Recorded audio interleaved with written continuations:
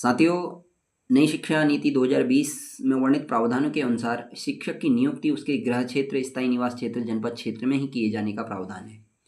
और इसके पीछे नीति निर्माताओं के तर्क हैं, विशद तर्क हैं, व्यापक तर्क हैं कि जो आवागमन में, आपाधापी में जो समय व्यतीत होता है वो कहीं न कहीं अपने गृह क्षेत्र में, स्थायी निवास क्षेत्र में होने पर कहीं न कहीं उससे शिक्षण प्रभावी होगा, और शिक्षण प्रभावी होगा तो वो छात्रोपयोगी होगा। तो यदि उत्तराखंड के परिप्रेक्ष्य में चर्चा करें तो अनवरत जो पर्वतीय क्षेत्रों से, गाँव से पलायन हो रहा है, उस पलायन को इस नियम को प्रवर्तित करने पर भी कुछ कम हद तक कम किया जा सकता है, क्योंकि अपनी जन्मभूमि के प्रति प्रत्येक व्यक्ति का लगाव होता है। संस्कृत का तो प्रसिद्ध उक्ति है कि जननी जन्मभूमिश्च स्वर्गादपि गरीयसी।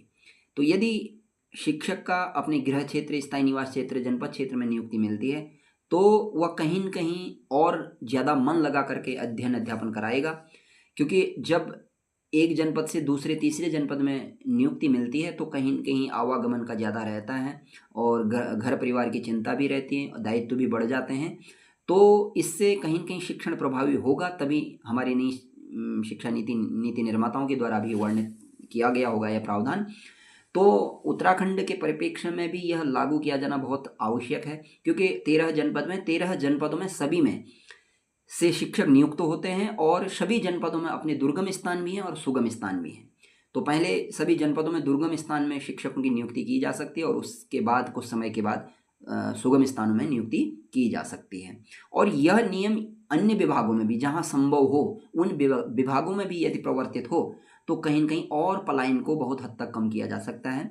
यद्यपि पलायन एक प्रकृति का नियम भी हम कह सकते हैं, और मुझे तो लगता है कि पलायन रोजगार के कारण कहते हैं लोग। रोजगार से ज़्यादा पलायन वो लोग करते हैं जिनके पास ज़्यादा संपत्ति होने लग जाती है, ज़्यादा वेतन भत्ते आने लग जाते हैं, वहाँ उन लोगों का पलायन ज़्यादा हुआ है। शुरुआत मतलब वहीं से हुई है, कहने का मतलब।